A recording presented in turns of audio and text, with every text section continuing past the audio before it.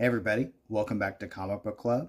And if you've been following along, you know that the road trip is over. I'm back home, and I'm just going to be talking about my trips to my local comic book shop, Mad Comics in Sellersburg, Indiana. Great place if you ever have the chance to stop by. He's typically open on Wednesday, Thursday, and Friday in the afternoons from like 3 to 6 or 4 to 6. And then on Saturdays, he's open from 9 to 5 or 9 to 6. Saturdays is when I typically go. And this past time that I went, it wasn't last week, but the weekend before that, he had a big 15% off sale going on. And I always tell him, I'm coming anyways. You don't have to keep doing these sales. But I honestly think he enjoys just getting comics and selling them off and just having people in and just keeping that rotation going on. That seems to be the joy that he's taking from that.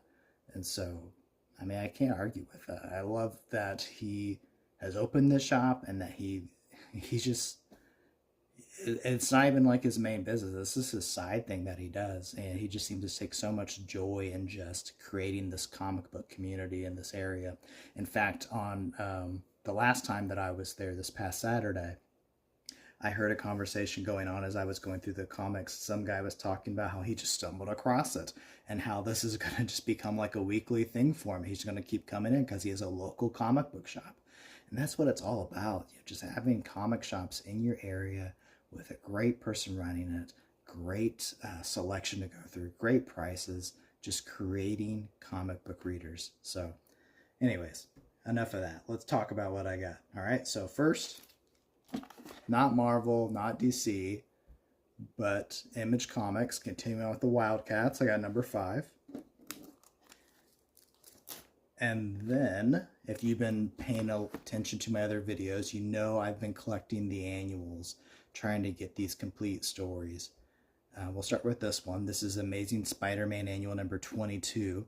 It's part of the Evolutionary War, which I'm getting really close to completing, but even more important for me, I've talked about how I love the New Warriors, and I believe this is the first appearance of Speedball.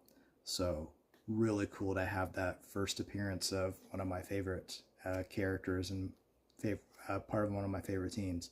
So that's exciting. So Evolutionary War Spider-Man. And then the Von Strucker Gambit. This is part 3, and I think it's only 3 parts. And I believe I completed the story now. Part 2 is in Punisher, so I already had that, but now I have part 1 in Daredevil Annual number 7 and Captain America Annual number 10. So I think I can probably sit down and read this. And then the Maximum Security storyline. This is the Captain America part of it. And might have been it with that. And then continuing on with the Evolutionary War, Fantastic Four Annual number 21. The Punisher Annual number 1. And then Marvel Age number 64. And this is the preview to Evolutionary War. So I already have the what if the Evolutionary War, like they had lost a, and now I have this. So I kind of almost, like I have the beginning, I have the introduction, I have the end. I just got to keep getting all the middle. This will be a great read. Web Spider-Man number 4. And then Marvel Superhero Spring Special. And the reason why I'm getting these is because, again, stories of Speedball. So I love getting all these things that are going to lead into his story with the New Warriors. And then let's move to DC Comics.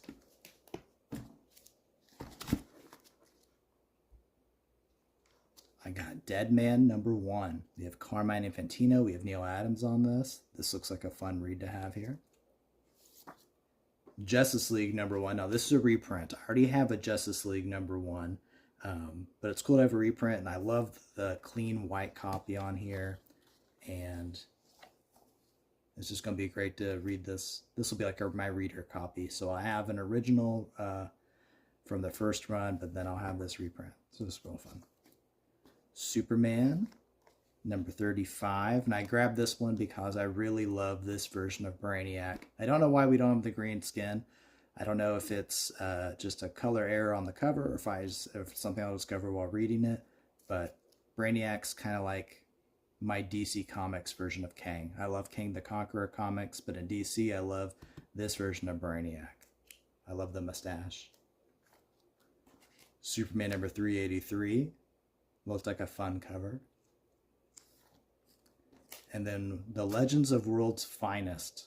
The only reason I grabbed this, because the cover, I mean, the art's not, it's obviously exaggerated, right? But the fact that it was a Walt Simonson. And I think this is a part 1 of a 3. So I love Walt, so I think it'll be a good read. And then we have the Flash Annual, 1989, number 3.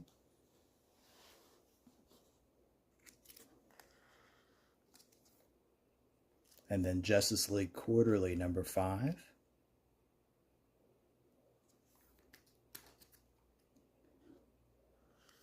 And now I've seen these a couple times in the shop. Now I tend to stick to back issues up to a certain point. I think currently the way I see things is with Marvel Comics, I kind of stop at Civil War, and with DC Comics, I tend to stop at Blackest Night. But these they just kept popping up. I kept seeing them. It's like, all right, let's look through this. And they seem to be mostly reprints of older stories. Like there might be a couple things that are post those stories, but for the most part, it's reprinting some older stuff. So decided to take it. I mean, with the 50% sale going on, it's like, why not? Let's check them out. So this is giant size, 100-page comic Giant Superman. This is number 3. But we also have stories with Hal, with Mongol, Silver Banshee, and Batman. Number 4.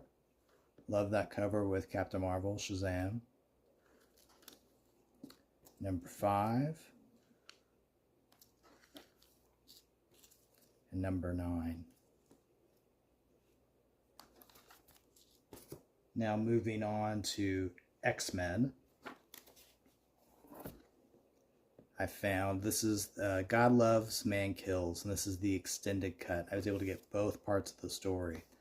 I've never read this. I've always known about the story. I know kind of the basics of what's going on, but this will be fun to actually sit down and read this. So part 1 and part 2, and it has, and the reason why it's extended is because it has an opening and a closing framework happening with an older Kitty Pryde. So Kitty Pryde's kind of introducing us to the story, then she gives us closure afterwards. So 1 and 2. And then if you have been following along, you know I've been trying to get the whole New Defenders run with the 3 X-Men before they join X-Factor. Well, there were a few issues where Beast was already with the team. And so I came across Defenders number 115. So that was a great find. Cable number 2. Now this is, if I'm correct, this was a mini series of Cable before the actual Cable run starts. So this is volume 1, number 2 of Cable. And then this kind of confused me at first. These are both the same comic. They got variant covers. Extreme X-Men number 4. I believe, if I'm correct, these are not part of the original run of Extreme X-Men. But I think these are stories that were written after that's going to follow that continuity. So I think it's a volume 2 of Extreme X-Men. And again, I could be wrong. I'll figure it all out eventually. And I didn't mean to grab 2. I was like, oh, Extreme X-Men, Extreme X-Men. I grabbed them, piled them up, and I got home. Like, yeah, okay, it's the same comic. But it's cool. It's 2 different covers. I like both the covers, so we'll see what I do with it. And then moving on to X-Men Adventures. These are great comics. Now, I know these were made for kids, and they were based off the 90s cartoon. But if you go through and look at the interior art, it really is fantastic. Much better than what you would expect for something that was generally made for kids. I don't know how much they were paid for these, or if there was more money into these because of the cartoon and how successful it was going to be. But they really put a lot of work in that. Look at that. That's the death of Morph. Something we don't even really see but in the cartoon. So these are great comics. And they're comics that I would get. I do a comic book club at my school. I'm a teacher. And these are the comics that I always got kids when we talked about X-Men. So, I mean, it would go along with the cartoons we would watch in the club. But you're really getting great art and great stories in here. So this is X-Men Adventures number 2, number 3, number 5, number 10, number 14, and then season 2, number 5. And this is another one I want to show you some of the art in here.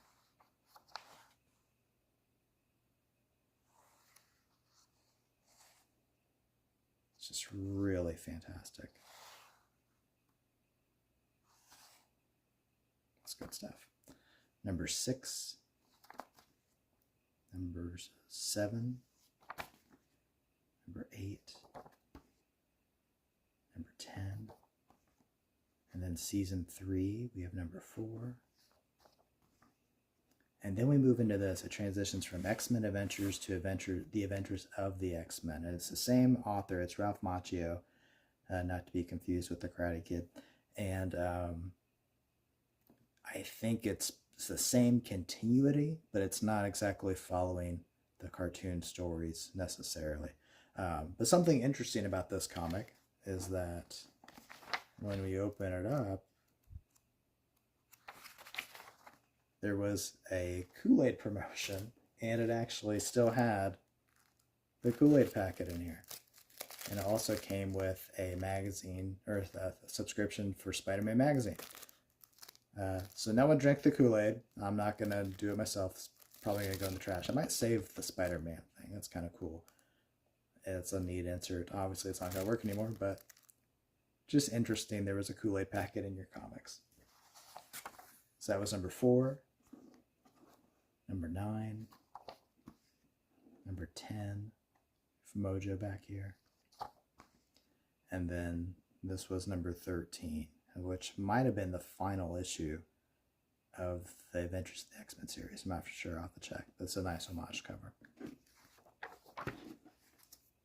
And then moving on to the actual line of X-Men, we have Uncanny X-Men, November 1995. This was a special event comic. And then we move on to Uncanny X-Men number 327. I believe this is Joseph. I could be wrong. We know Joseph is really Magneto. And then we have special anniversary issue. This is number 325, and this is a neat cover. It's a little dirty in the spine, but I'll read the story and find a better cover, or a better version eventually. Neat fold-out cover.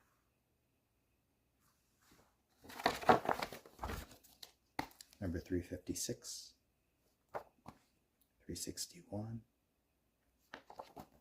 363, and this is when we start the Hunt for Xavier storyline. I believe this is post-Onslaught, so his return. So number 3 happened in Uncanny, part 4 happened in X-Men, part 5 happened in Uncanny, and then I need to get X-Men number 84 to finish that off. But then we go 364 to 365, 366, and then Astonishing X-Men number 1. Continuing on, some Spider-Man. I really love these continuing classic stories like that. The hidden years of the X-Men are great, and these are, I guess, the same thing happening with Spider-Man, the Untold Tales of Spider-Man. So we have number 12 and number 13. And when you look at the art in here, I mean, you can tell it's more modern, but you can also tell it's supposed to kind of fit in with the art style of the original run of Spider-Man. You can really tell when we get to the art of Peter. He's got the more 60s era buzz cut going on.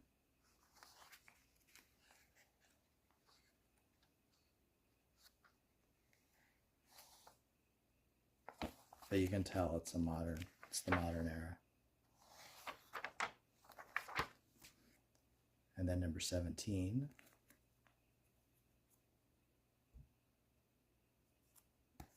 And then Web of Spider-Man, annual number 9.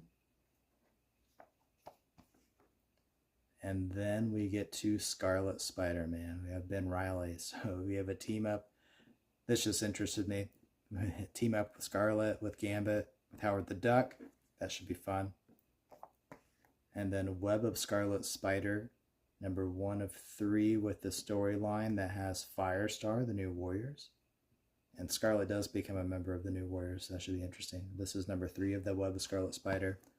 And this is number 4, part 3 of that story. So I just need to get, I guess, Web of Scarlet Spider number 2. Actually, I take that back. A different kind of Scarlet Spider-Man story to get number 2. But then I'll probably end up collecting all this anyways. And then going on to more Marvel.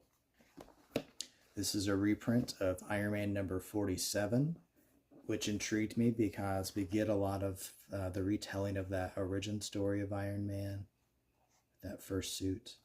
It's looks like it's a contemplative storyline where we have a current Tony reflecting back on how he got here.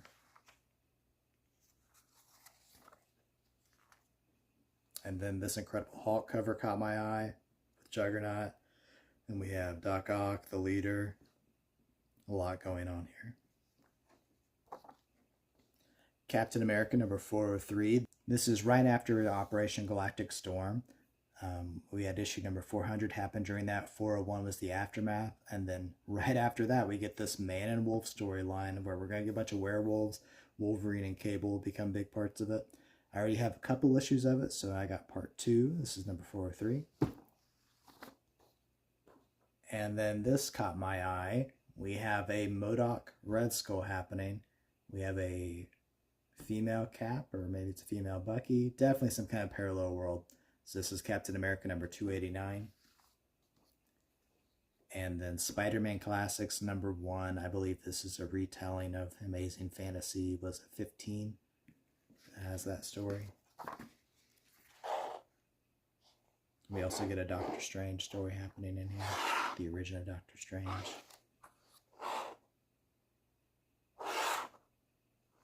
It's pretty cool. And finally,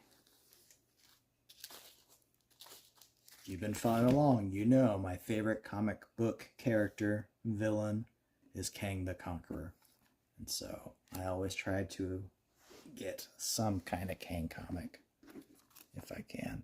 So this is the Kang the Conqueror miniseries that came out a few years ago when Ant-Man 3 was being made. This is part 4. We see he and Ravonna definitely not necessarily trusting each other. And then we have another variant of that same comic. And then there's a timeless thing that was going on, and for the first 2, maybe 3 yearly issues of this, it featured Kang, and then it went on to feature other people. I already have one of them. And this is, I think, the second time there was a timeless Kang story. And then this might be this is a variant of, I think, of this one. And then I found Fantastic Four 323. We have Kang going after Mantis, and I believe this is a part of a 3-part story. So I got the middle issue, I think. And then I found a Doctor Strange featuring Kang as Rama Tut.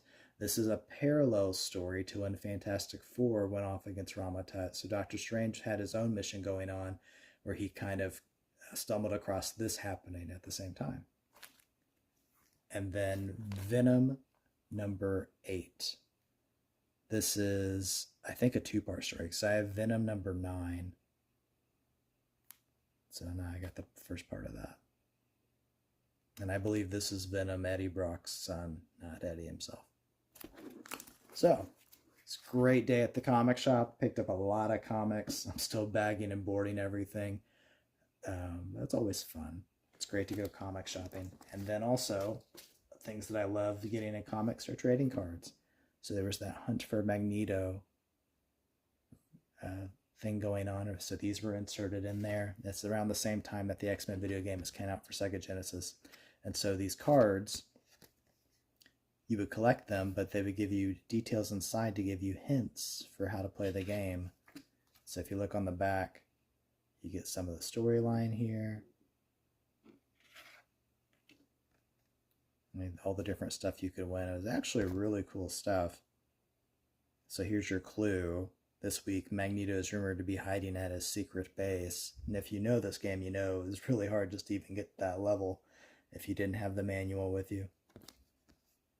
But look at these prizes. First place, you get a complete set of X-Men and Avenger #1s. Second place, you get a full-size arcade cabinet. Third place, you get a jacket and an uncut card sheet of all the cards. Fourth place, 15 Sega Genesis. Fifth place, there will be 10 X-Men video games. Sixth place, 1,000 polygram X-Men videos. This is really cool. I mean, just getting second place might be better than getting first. You get an arcade cabinet of X-Men or Avengers. I don't know if that's your choice or not, but really cool. All right. Hope you guys are getting out there and you're getting your own comics. Find a comic shop for you. Hopefully you have something nearby you, and hopefully it's a great experience. Keep reading comics, and I'll see you next time.